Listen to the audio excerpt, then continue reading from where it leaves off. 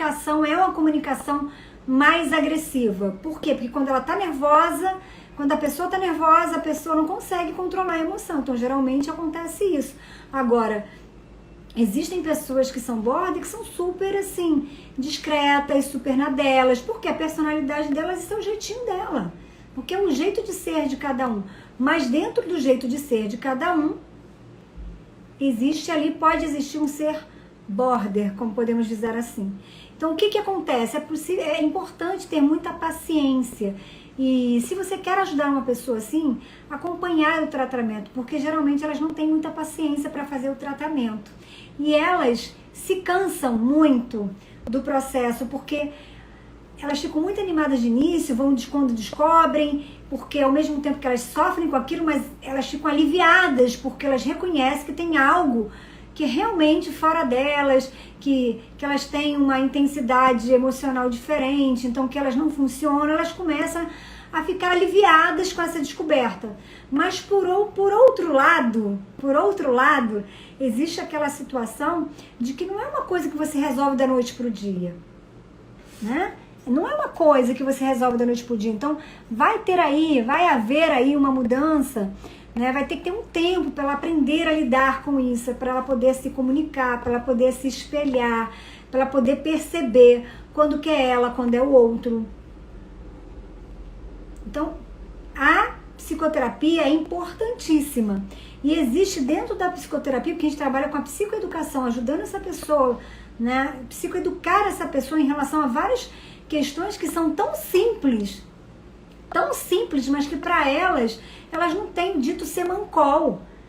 Elas não se encaixam, elas não têm muita noção para determinadas coisas, porque elas têm uma forma de ver, uma forma de sentir, uma forma de pensar um pouco só delas, né? Só delas. Então existe aí a terapia comportamental dialética dentro da psicoterapia comportamental, que é específico para trabalhar. Nós, profissionais da comportamental, da cognitivo comportamental, trabalhamos muito, qualquer abordagem pode trabalhar, mas a gente entende assim, que é onde tem um trabalho mais específico, feito, pensado sobre isso, pesquisas sobre isso e resultados extremamente positivos, é a da comportamental dialética. Eu não sou da comportamental dialética, porém tem grande leitura. Por quê? Comecei a procurar, a entender, a estudar, porque acabou que eu atendo muitas pessoas com transtorno de personalidade de borderline. Vieram à minha mão e eu, tipo assim, o que eu posso fazer por essas pessoas? Então eu comecei a estudar, comecei a entender e dentro disso comecei a fazer alguns cursos e também fiz um cursinho de dialética para aprender a lidar e ajudar essas pessoas de uma forma mais prática, mais objetiva, mais específica. Porque não adianta elas ficarem ali só naquela coisa da conversa. Elas precisam ali fazer mudanças práticas, reais na vida. Ensiná-las a lidar com as situações. Isso é importante, que elas sejam seus próprios terapeutas. Isso é uma coisa que a gente ensina na terapia. Ensinar o paciente a se cuidar, a ser o seu próprio terapeuta, a ter consciência de responder por si, fazer suas escolhas.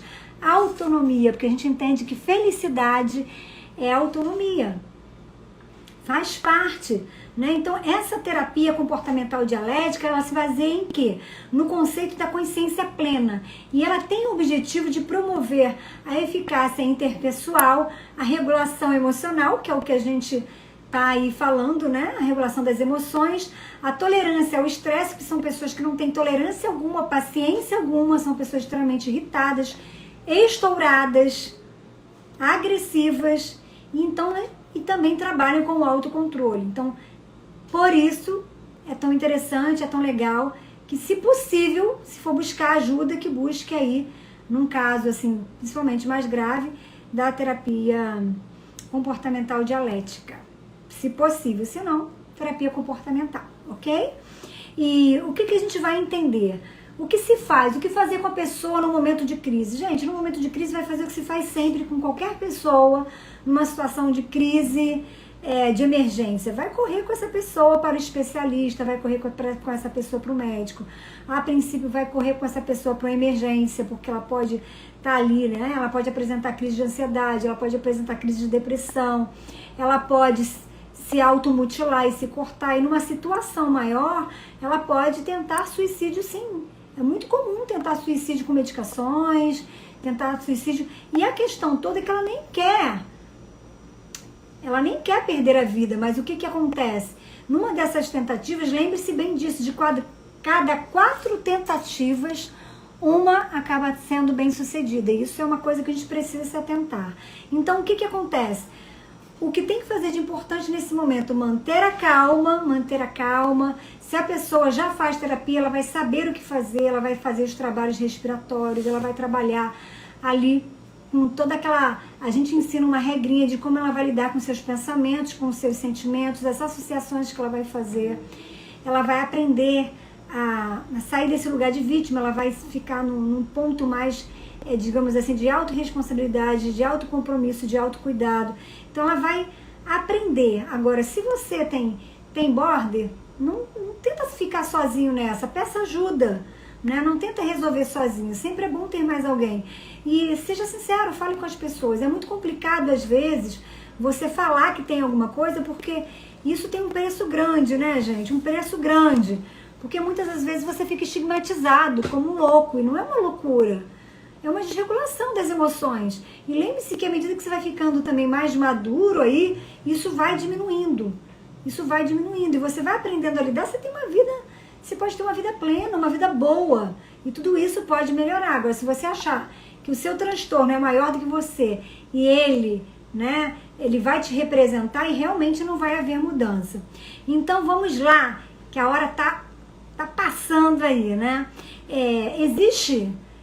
além da orientação psicológica, os transtornos de humor, né, os estabilizadores de humor, que são os medicamentos que são utilizados, antidepressivos e antipsicóticos, que têm o seu papel nesse lugar para uma situação de crise. Às vezes é um tratamento um pouco demorado, as pessoas não têm paciência de esperar, e aí acontece, é muito complicado, mas a gente precisa entender, né?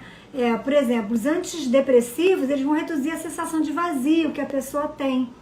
O antipsicótico, ele já vai diminuir os comportamentos compulsivos, né, impulsivos e sintomas autodestrutivos, dissociativos também. Os estabilizadores de humor vai diminuir a oscilação emocional, vai ajudar com isso. Então, tudo isso tem que ser acompanhado, de preferência com um trabalho multidisciplinar do profissional que possam conversar. E tomar muito cuidado, porque é muito comum haver abuso de substância por essas pessoas. É muito comum.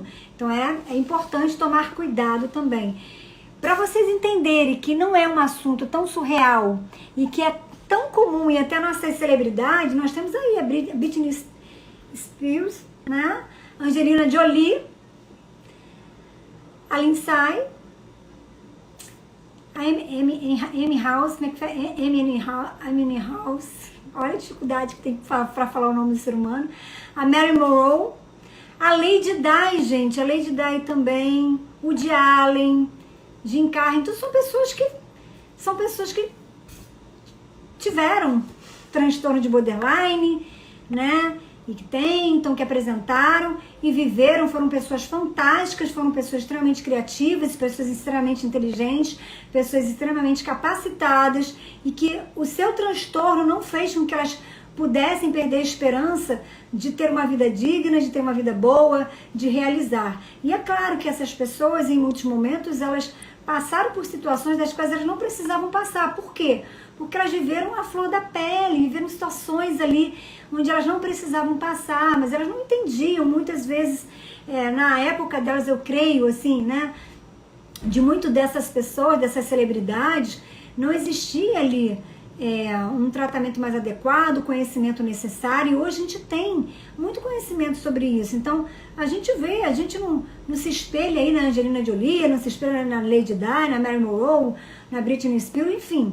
Então, se espelhem nessas pessoas de uma forma positiva para entender que elas lutaram por elas, sofreram, foram pessoas bem confusas por conta das questões que elas passaram, mas ainda assim são pessoas exemplos, histórias de exemplos de vidas.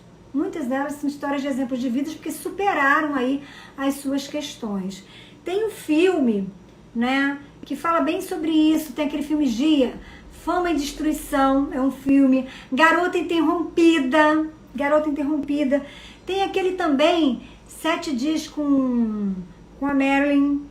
São todos filmes que você vê claramente ali pessoas com transtorno de borderline que vocês podem acompanhar e podem ver. Então, em suma, o transtorno de borderline é um transtorno específico de pessoas com dificuldade de lidar com o seu humor, né, dificuldades relacionais, mas ele não, digamos assim, a gente pode dizer que tecnicamente não tem cura, mas a pessoa pode ter uma vida boa, uma vida tranquila, ela pode